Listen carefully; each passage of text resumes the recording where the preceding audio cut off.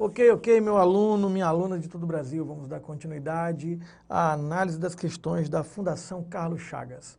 Estamos analisando o texto número 2, vamos agora para a questão de número 13. Acompanhe, por favor, a leitura da questão.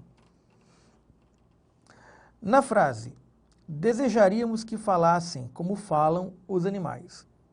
Caso o verbo em negrito assuma, aqui eu coloquei o verbo destacado com uma sublinha, assuma. Não, perdão. O verbo em negrito seria falassem. Deixa eu só confirmar isso aqui. Deixa eu só confirmar. Não é falassem, pessoal. Atenção. O verbo em negrito é desejaríamos. Desejaríamos. Acompanhe aí no seu material. Ficou só diferente aqui no slide, mas no seu material está tudo certo. Na frase, desejaríamos que falassem como falam os animais. Caso o verbo em negrito,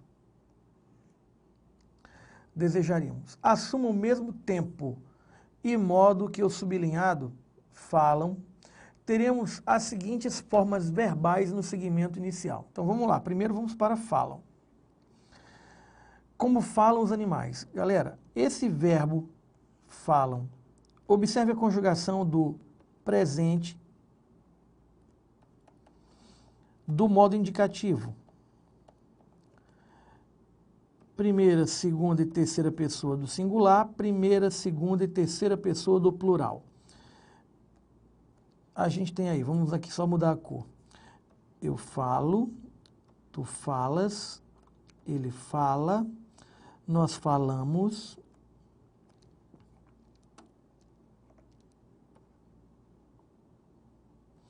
vós falais, eles falam. Então, aqui o verbo está conjugado na terceira pessoa do plural, do presente, do indicativo. Beleza? Então, a pergunta é, caso o verbo em negrito, desejaríamos, assuma ao mesmo tempo presente e modo indicativo do sublinhado, teremos as seguintes formas verbais no segmento inicial. Então, na frase, desejaríamos que, veja, desejam que falassem, desejamos que falem, desejemos que falam, desejam que falem, desejamos que falem. Vamos lá. Conjugando o verbo desejar, a gente tem eu desejo, tu desejas, ele deseja, nós desejamos, vós desejais e eles desejam. Então, desejaríamos, primeira pessoa do plural, desejamos, primeira pessoa do plural. Então, onde tem desejamos? Vamos começar por aí. Na letra A tem desejam, eliminada. Na letra C tem desejemos. Esse ezinho aqui denuncia que o verbo desejar está no modo subjuntivo. Presente, mas subjuntivo. Elimina. Desejam, terceira pessoa do plural, do presente do indicativo. E desejamos está na briga. Então, desejamos, eu tenho na letra B e na letra E. Aí agora a gente analisa o restante. Veja só. Desejaríamos que falassem.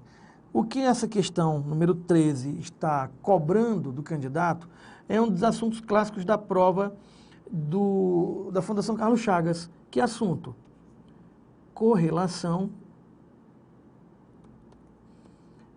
verbal. E o que é correlação verbal? É a articulação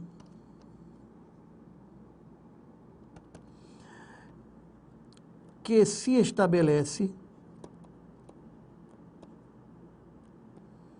entre verbos num período. Então, o que acontece? Vamos aqui só fazer uma ilustração. Se eu, paranana, eu, pananana. Eu quero completar esses dois espaços, respectivamente, com o verbo estudar e passar. Aí, olha, veja como o verbo manda na conjugação de outro. Veja só. Eu vou colocar aqui estudar. Eu vou colocar agora estudasse, estudo. E você vai me dizer agora a sequência que eu preencho no final. Se eu estudar, posso dizer, se eu estudar, eu passar? Não. Se eu estudar, eu passo? Cabe. Se eu estudar, eu passo. Passo. Se eu estudar, eu passaria? Cabe? Não. Se eu estudar, eu passarei? Cabe? Cabe. Passarei. Beleza. Agora, veja só, se eu estudasse eu passava, não tem sentido. Se eu estudasse eu passasse, não tem sentido. Se eu estudasse eu passo, não tem sentido. Se eu estudasse eu passaria, passaria tem sentido. Se eu estudo eu passar, não tem sentido. Se eu estudo eu passaria, não tem sentido. Se eu estudo eu passo, passo. Tem sentido. Então, nesse momento, o que você percebe? Que há uma lógica entre um verbo e outro, quando eles participam de orações em que o conteúdo de uma oração e o conteúdo da outra mantém uma relação de dependência. Então, isso é o que nós chamamos de correlação verbal. Existem as correlações básicas, que se dão com o mesmo tempo e mesmo modo, e existem as correlações especiais.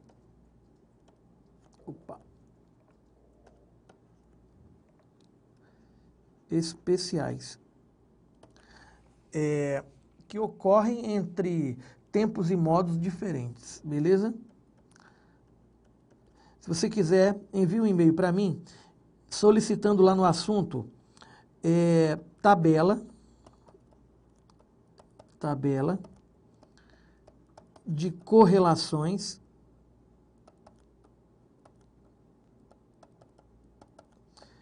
verbais. Certo? Mande lá um e-mail.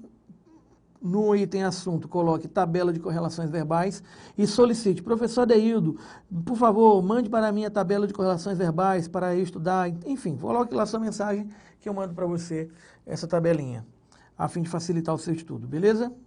Muito bem. Então, desejamos que falassem, não cabe. Desejamos que falassem. Desejamos é presente. Presente combina com presente. Agora, quando eu trabalho com o desejo, eu tenho o presente do indicativo aqui já estabelecido.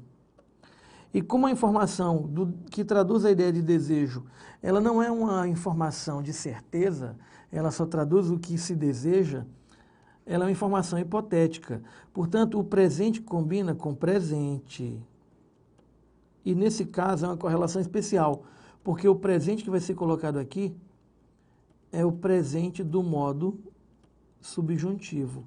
E onde é que eu tenho o presente do modo subjuntivo combinando com o presente do indicativo? Na letra B. Aí está a nossa resposta. Muito boa questão. Ela evocou muitas informações relacionadas à correlação verbal. Ok? Então, vale a pena dar uma olhadinha nessa tabela. Vamos agora à questão de número 14.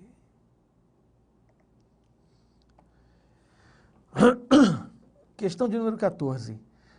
Identifica-se um efeito e sua causa, respectivamente, nos segmentos. Pessoal, cuidado. Respectivamente. Então, pelo que ele está sugerindo, ele quer primeiro o efeito e depois a causa. Certo? Então, cuidado com a palavra respectivamente. Quando ela não aparece, tanto faz a ordem. Primeiro a causa, depois o efeito, primeiro o efeito, depois a causa. Mas quando ela aparece, preste atenção na ordem como as palavras foram dispostas. Primeiro o efeito, depois a causa. Beleza? Convém lembrar uma relação lógica. Veja, numa cronologia marcada aqui pela ordem alfabética, A, B, C, D. Você verifica sempre que a causa é o elemento primeiro. Causa, consequência. Aí B para C, causa,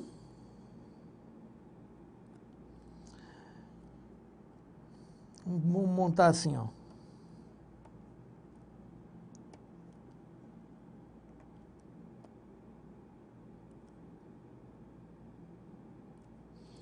B para A, consequência. B para C, causa. C para B, consequência. E assim sucessivamente. D para C, C para D, perdão, causa. D para C, consequência. Beleza? Então, isso é só para a gente organizar o pensamento. Nós temos aí o seguinte. Letra A. Decididas a guardar em um silêncio que não está à mercê dos botânicos. Seria o efeito. Causa. Procuram as árvores ignorar tudo. Veja só, preste atenção. Por que as árvores... A pergunta é essa. Por que as árvores procuram evitar tudo? A resposta está... Porque estão decididas a guardar um silêncio que não está à mercê dos botânicos. Então, o que eu tenho aqui primeiro não é um efeito, é a causa. O efeito veio depois.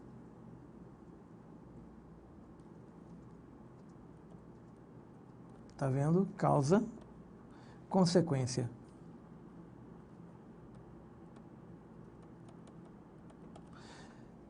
Está na ordem? Não. Então está dispensada a letra A. Letra B. Renunciamos assim às árvores ou nos permitimos fabricá-las. Preste atenção agora na letra B. A palavrinha ou é uma marca, é um operador argumentativo, é uma marca semântica.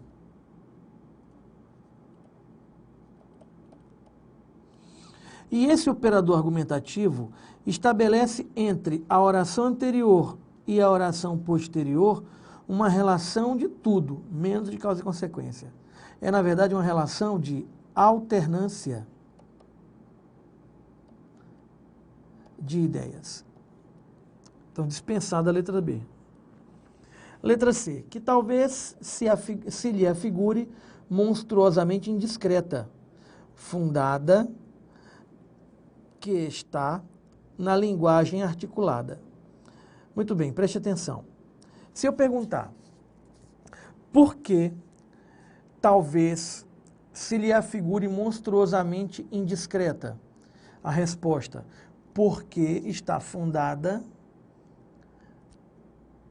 na linguagem articulada. Porque está fundada na linguagem articulada.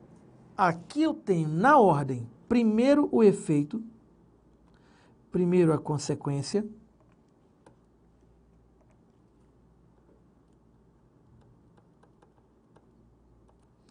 e depois a causa.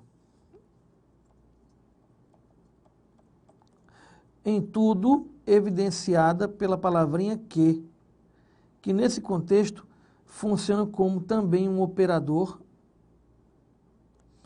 argumentativo causal.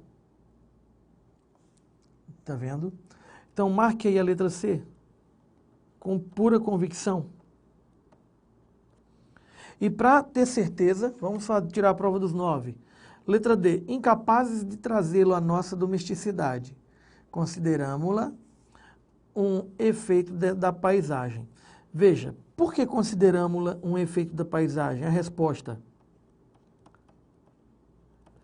porque somos incapazes de trazê-lo à nossa domesticidade. Então, aqui primeiro eu tenho causa, depois eu tenho consequência. Por último, a aventura humana seduz mais o pintor do que o fundo natural em que ela se desenvolve. Opa, seduz mais do que.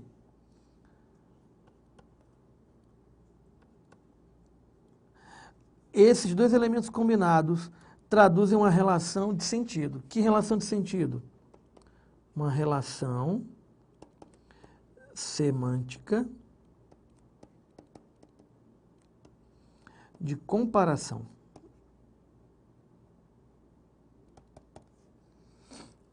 Eliminada a letra D e a letra E. Confirmadíssima a letra C. Aí está a nossa resposta. Beleza? Mais uma questão que trabalha com a percepção do leitor das informações contidas no texto. Próxima questão, questão de número 15. Atente para as frases abaixo sobre a pontuação do texto. Galera, pontuação.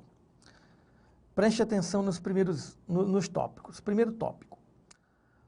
No segmento genealógica do sonho, e dá a tudo isso o título. Terceiro parágrafo. A vírgula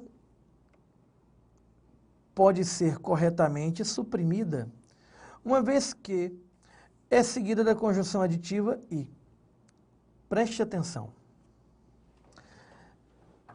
Se essa palavra e, aqui empregada, for uma conjunção aditiva, e essa vírgula aqui apresentada aparece, a gente tem que analisar a seguinte situação. Vamos aqui abrir um slide. Veja. Palavrinha i.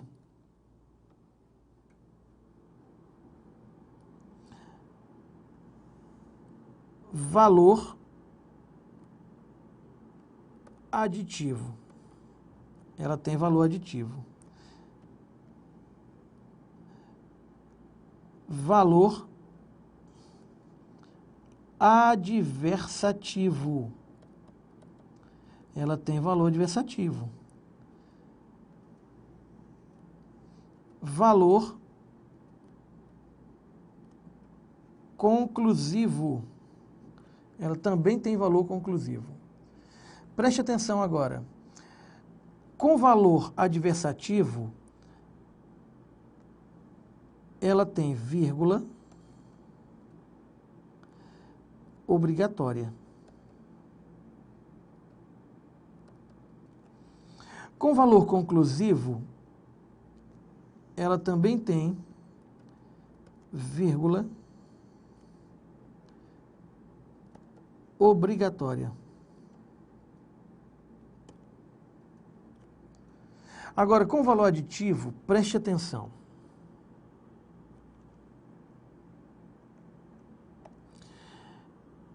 Primeira situação, ligando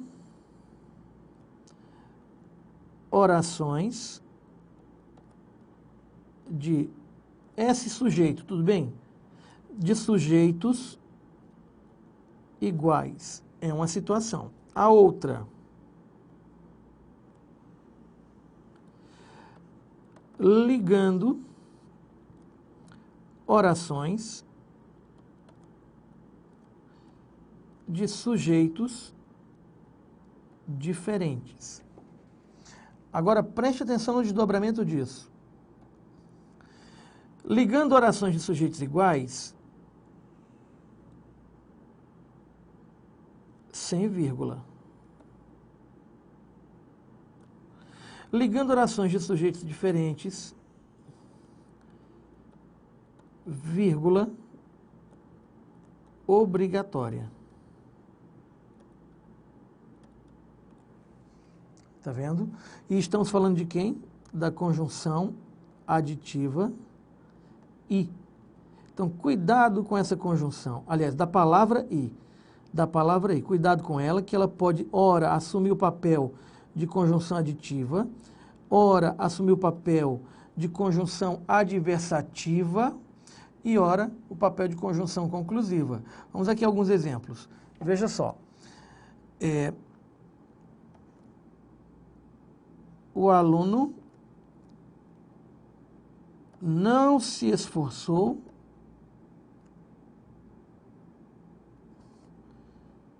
e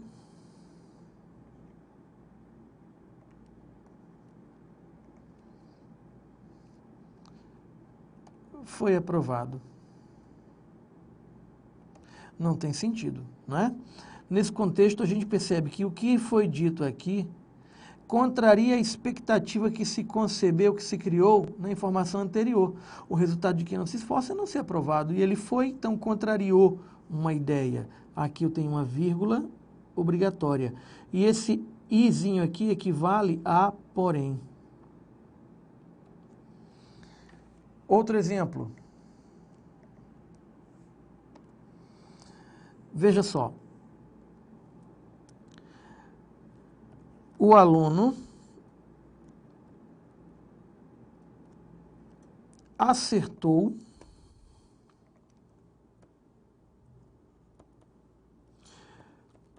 todas as questões da prova e tirou nota 10. Observe aqui agora o detalhe. Se ele acertou todas as questões, criou-se uma expectativa. E a expectativa foi a conclusão lógica da coisa. Então, se esse aparece marcando essa relação de conclusão, aqui tem vírgula obrigatória e esse I equivale a portanto. Aí convém lembrar, conjunções conclusivas exigem vírgula. Desse lado de cá, conjunções adversativas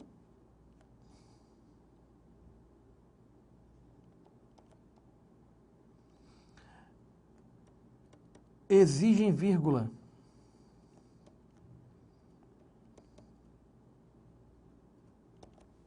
Beleza?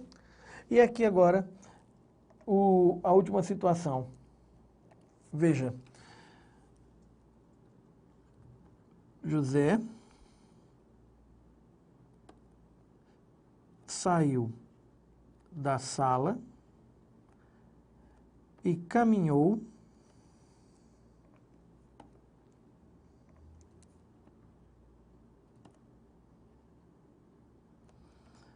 até o pátio. Veja que a palavrinha "e" liga duas orações que se complementam. Então, se elas se complementam, elas se adicionam, em que o sujeito de saiu é José e o sujeito de caminhou é José. Agora, José saiu e Pedro entrou.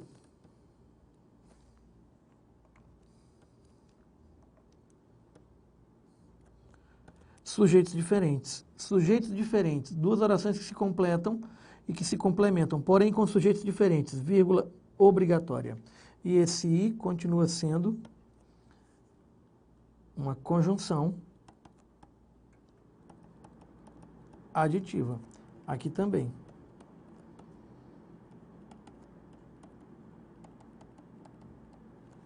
Beleza? Então, voltando agora. Veja, terceiro parágrafo. Vamos ler esse terceiro parágrafo nesse fragmento.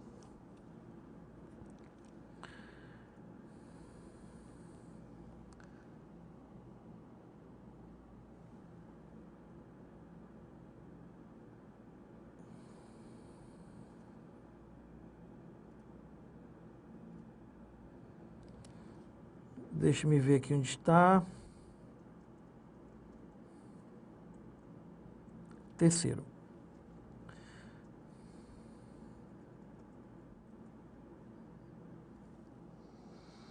Genealógica do sonho.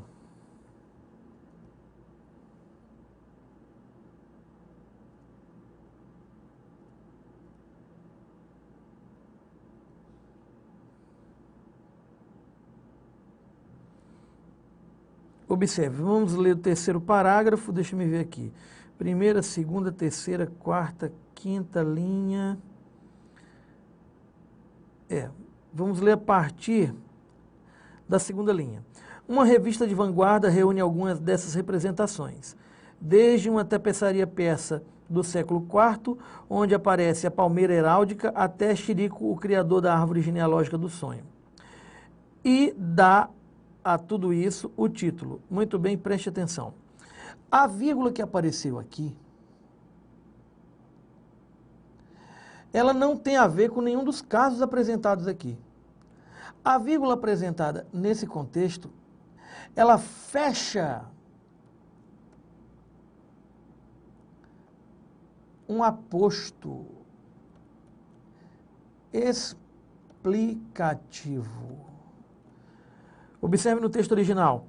Criador, até Chirico, o criador da árvore genealógica do sonho. É o aposto de expressão Chirico, aposto explicativo. Então, fecha um aposto explicativo aberto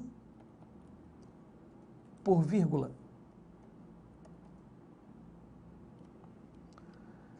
Essa vírgula pode ser reprimida, pode ser suprimida de maneira nenhuma. De maneira nenhuma. Item 1 errado. Item 1 estando errado, eu elimino a letra A e elimino a letra E. Aí, segundo item, no segmento, nossa intemperança. Então, incapazes de trazê-lo. Segundo parágrafo, o ponto final poderia ser corretamente substituído por ponto e vírgula, feita a alteração entre maiúscula e minúscula. Muito bem, vamos verificar.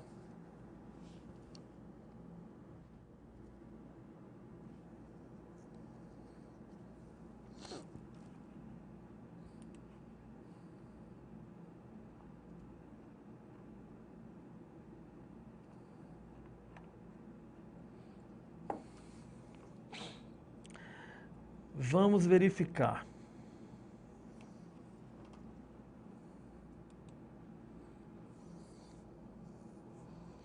No texto original,